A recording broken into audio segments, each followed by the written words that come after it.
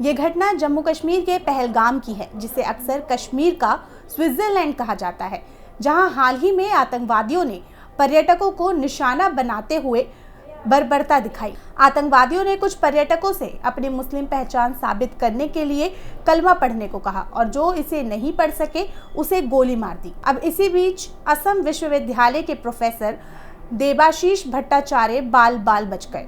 उन्हें कलमा का ज्ञान था और उन्हें उसी का सहारा लिया।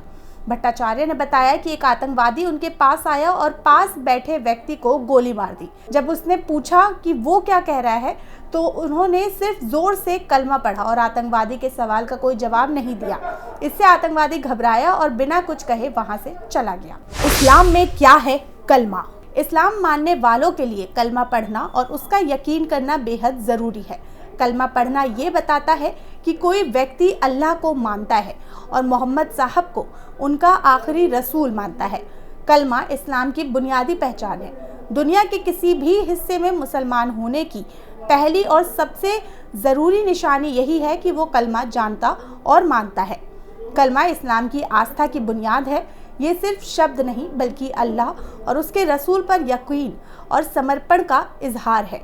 नियमित रूप से कलमा पढ़ना मुसलमानों के लिए सिर्फ अल्लाह की पूजा करने और पैगंबर मोहम्मद की शिक्षाओं का पालन करने की अपनी प्रतिबद्धता को याद दिलाने का एक तरीका है।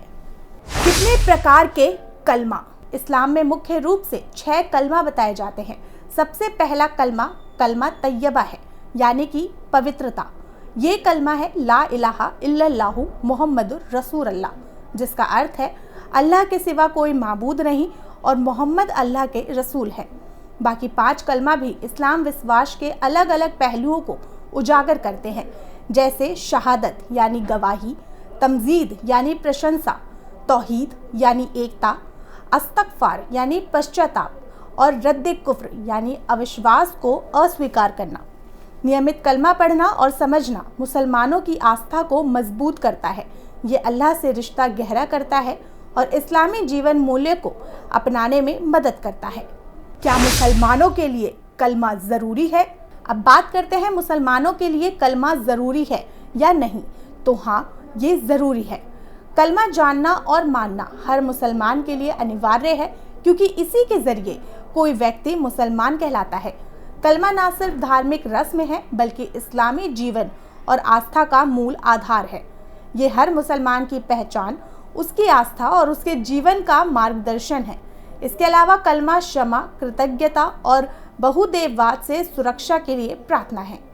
क्या नई मुस्लिम पीढ़ी कलमा जानती है?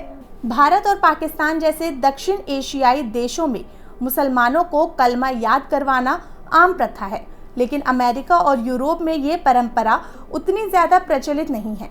हालांकि वहाँ के मुसलमान इस्लाम की बुनियादी आस्था अल्लाह की एकता और मोहम्मद की पैगंबरी को ज़रूर मानते हैं और यही इस्लाम में प्रवेश का शर्त है।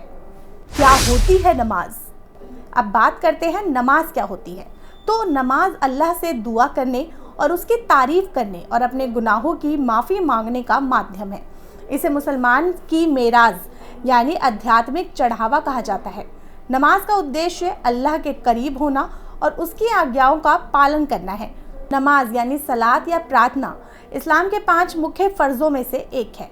ये अल्लाह की इबादत का नियमित अनुष्ठान है, जिसे दिन में 5 बार निर्धारित वक्त पर पढ़ना फ़र्ज़ है।